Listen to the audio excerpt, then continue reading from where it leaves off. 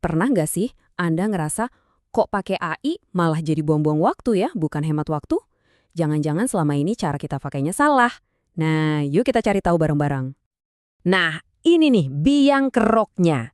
Kita seringkali ngasih perintah ke AI itu nggak jelas, asal-asalan aja. Terus kita frustrasi sendiri pas hasilnya biasa aja, generik, nggak ngebantu sama sekali.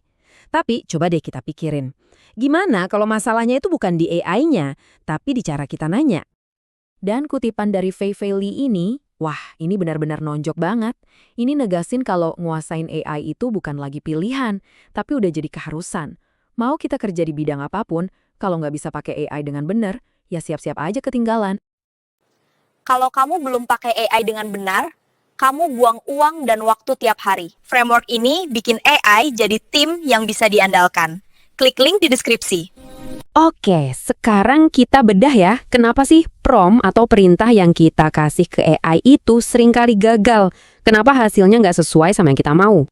Gini deh bayanginnya, AI itu kan alat yang super canggih, tapi dia bukan cenayang, ya nggak bisa baca pikiran kita. Jadi, kalau perintah kita ngambang, ya jawabannya juga bakal ngambang. Tapi, ini justru kabar baik loh. Artinya apa?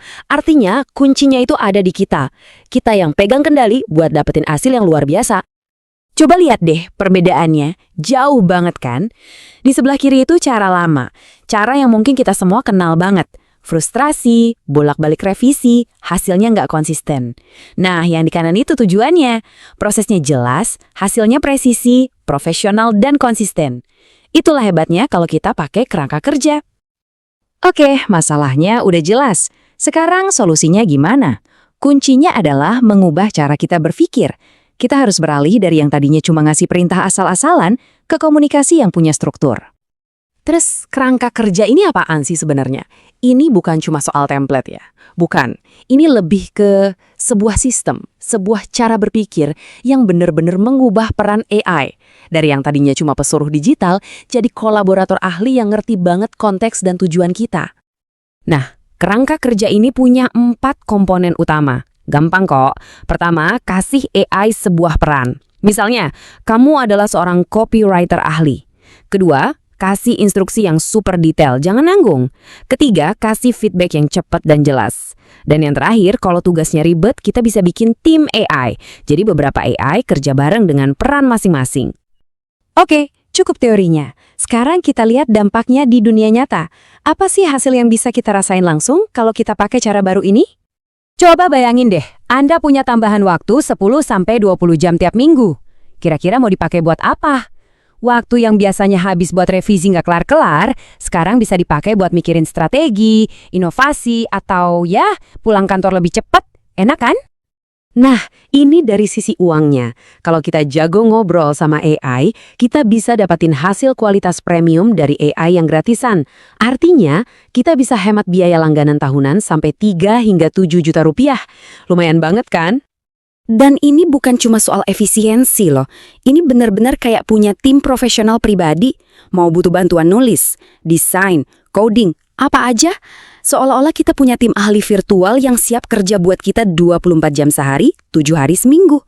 Tanpa perlu gaji, tanpa perlu rekrut. Jadi, intinya apa? Menguasai skill ini tuh bukan cuma biar kerja lebih cepat. Ini soal gimana kita bisa dapat keunggulan yang signifikan dibanding yang lain. Dan ini bukan kata saya loh, para pemimpin di industri teknologi juga bilang gitu. Nih, kata Ethan Mollick, seorang pakar AI, dia bilang, AI bekerja paling baik ketika Anda memberinya peran, konteks, dan contoh. Jadi ingat 3 hal ini aja, peran, konteks, contoh. Itu pondasinya. Terus ada lagi dari CEO Nvidia, Jensen Huang, dia bilang, bahasa Anda adalah bahasa pemrograman baru. Wah, ini dalam banget artinya. Maksudnya, di zaman sekarang, kemampuan kita merangkai kata-kata itu sama kuatnya kayak kemampuan coding. Ini perubahan yang fundamental banget. Dari Sam Altman, CEO-nya OpenAI, lebih simpel lagi. AI akan memberikan jawaban terbaik hanya jika Anda meminta dengan jelas. Udah, itu aja. Kualitas output sama dengan kualitas input, nggak ada jalan pintas. Dan yang terakhir, ini penutup yang mantap dari Gary Tan, CEO Y Combinator. Dia bilang, founder yang bisa mengarahkan AI memiliki keunggulan yang tidak adil. Kata kuncinya di sini adalah mengarahkan, bukan cuma menggunakan. Kemampuan inilah yang jadi unfair advantage di dunia bisnis sekarang.